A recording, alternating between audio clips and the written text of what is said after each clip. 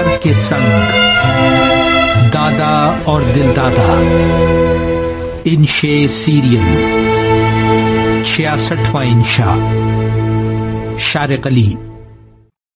مانسیرا سے پھل لیے گئے، جیپ روانہ ہوئی تو گلخان ڈرائیور نے تسلی دی، سیب 20 سال ادھر جیپ چلایا، آپ تھوڑا آرام لو۔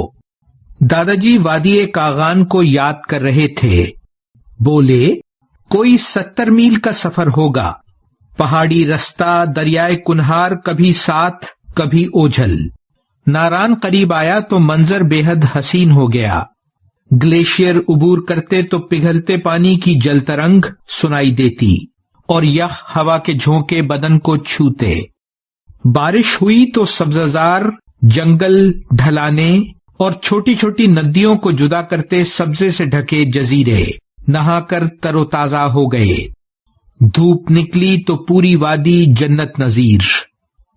کھانے کے لیے ندی کنارے ایک ڈھابے پر رکے، چھوٹی سی اتھلی ندی، تہ میں گول پتھر اور تیز بہتے پانی میں ڈلی چارپائیاں۔ گھڑی بھر پاؤں پانی میں ڈالے تو سن، پاؤں نکالے اور پیپسی ڈال دی۔ تلی ہوئی ٹراؤٹ مچھلی، آلو پالک کا ساگ اور گرم نان، لطف آ گیا۔ ناران پہنچ کر پی ٹی ڈی سی کے موٹل میں قیام کیا، دریا کے بالکل ساتھ۔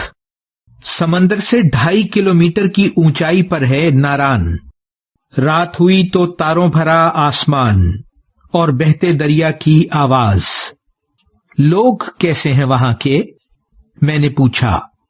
بولے صحت مند، خوش مزاج، شلوار قمیض اور پشاوری جوتی پہنے، ہندکو اور اردو بولتے ہوئے، زیادہ تر روزگار سیاحت سے جڑا ہوا، کچھ دہقان اور چرواہے بھی، کمائی صرف گرمیوں میں، ورنہ برف سے ڈھکے پہاڑ اور غربت کا اندھیرا۔ بس ایک پرائمری اسکول نظر سے گزرا، تعلیم کے مواقع نہ ہونے کے برابر۔ دنیا میں غربت کیوں ہوتی ہے دادا جی؟ میں نے سوچ میں ڈوبی آواز میں پوچھا۔ بولے کڑوا سچ یہ ہے کہ دنیا کے 4.4 بلین لوگ غربت کا شکار ہیں، اور سب سے زیادہ غریب جنوبی ایشیا میں۔ وسائل کی غیر مساوی تقسیم، عالمی مالی اداروں کے بدنیت قرضے اور تجارتی قوانین کے ذریعے ترقی پذیر ممالک کا استحصال، پھر جنگوں اور سیاسی بحران کے نتیجے میں ہجرت اور بے روزگاری، نتیجہ ناکافی غذا، رہائشی بدحالی، تعلیم اور صحت سے محرومی۔ جھیل سیف الملوک گئے آپ؟ میں نے دکھی ہو کر بات بدلی۔ بولے اگلی صبح پہلے تو آملیٹ، پراٹھوں اور چائے کا بھرپور ناشتہ کیا، جیپ پائن کے درختوں میں گھری چڑھائی چڑھتی سڑک پر روانہ ہوئی۔ ہر سال کی بارش اور لینڈ سلائیڈ سے یہ سڑک کچی پکی تھی، ایک طرف چٹانی دیوار، دوسری طرف گہری کھائی میں دور کہیں بہتا دریا۔ ہر موڑ پر خدا یاد آتا۔ کوئی 1.5 گھنٹے بعد دکانیں، ہوٹل اور پھر جھیل نظر آئی۔ باقی سفر پیدل طے کیا۔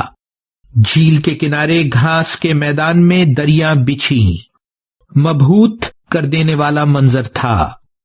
یخ پانی کی جھیل کے آئینے میں ملکہ پربت کا عکس، اور سامنے بھی وہی۔ دریائے کنہار اسی جھیل سے نکلتا ہے، جو ناران سے گزر کر مانسہرہ تک جاتا ہے۔ ہم تو نہیں گئے، کوئی 700 میٹر اوپر آنسو جھیل بھی ہے، ملکہ پربت کے کنارے۔ میں غربت کے موضوع پر پلٹا اور بولا وہاں حسن کے ساتھ خوشحالی بھی ہوتی تو کتنا اچھا ہوتا۔ یعنی آپا نے کہا ہمیں تفریق اور سرحدوں سے آزاد ایک ایسی دنیا، ایک ایسے عالمی نظام کی ضرورت ہے ممدو، جو سب انسانوں کو مساوی حقوق دے سکتا ہو۔ انصاف پر قائم ایسی دنیا کی سمت جدوجہد سے کم کوئی اور راستہ قبول کر لینا بزدلی ہے۔ جاری ہے۔ ویلیو ورسٹی، شارق علی۔